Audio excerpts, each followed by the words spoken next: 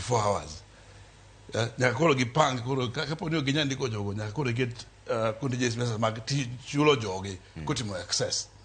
The other thing is also important ni big burnouts ok ginya nyalo. Maso ni koro nyaka gini ng'ia pesa to nitie triva wach ma pesa onge.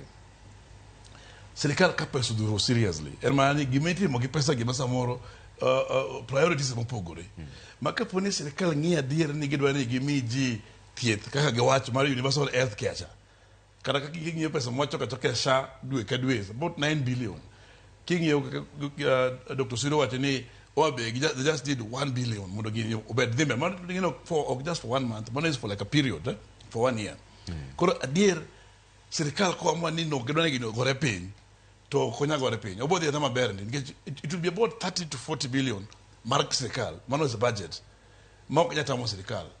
en mana wach mar priority to ka jopiny ong'e ni apana samo yiero ji e kombe mag governor mag presidency ma all gite no gilobinu mae sama nyiso sirkal ni okudwa mana wach mar leb wadwa ni ji mane tiyo septende gite odog tich wadwa ni plan mar yedhe gi oket piny measures mag 3 months ok nyata mo sirkal mondo ji kik bed gi shida mang'eny ni mar kaka wawacho ni kapo ni gini obedo ni oweya ni warito kaka jogo boro unfroze kata ka gino bodhi mbele to adier wadhi bedo gi masira ni mar ka koro judugo ni koro sirkal chako keto pesa gino sani ginya dwaro maybe 30 billion kende mondo gi continue kata mana let's say between 20 to 30 kapo ni owe mobedo 3 months gibo dwaro pesa mang'eny nikech koro gibo gi emergencies obedo ka ji mang'eny osehinyore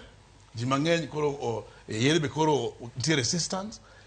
important koro nitie problem koro gino nego gidonje sani to kono giwacha bedo wacha onego be ni counties nigi data mar pesa ma gidwaro each of them to gilobe sirkal ni gini utimuru sani otherwise wach mar universal health care wach mar social health authority weche giteo make sense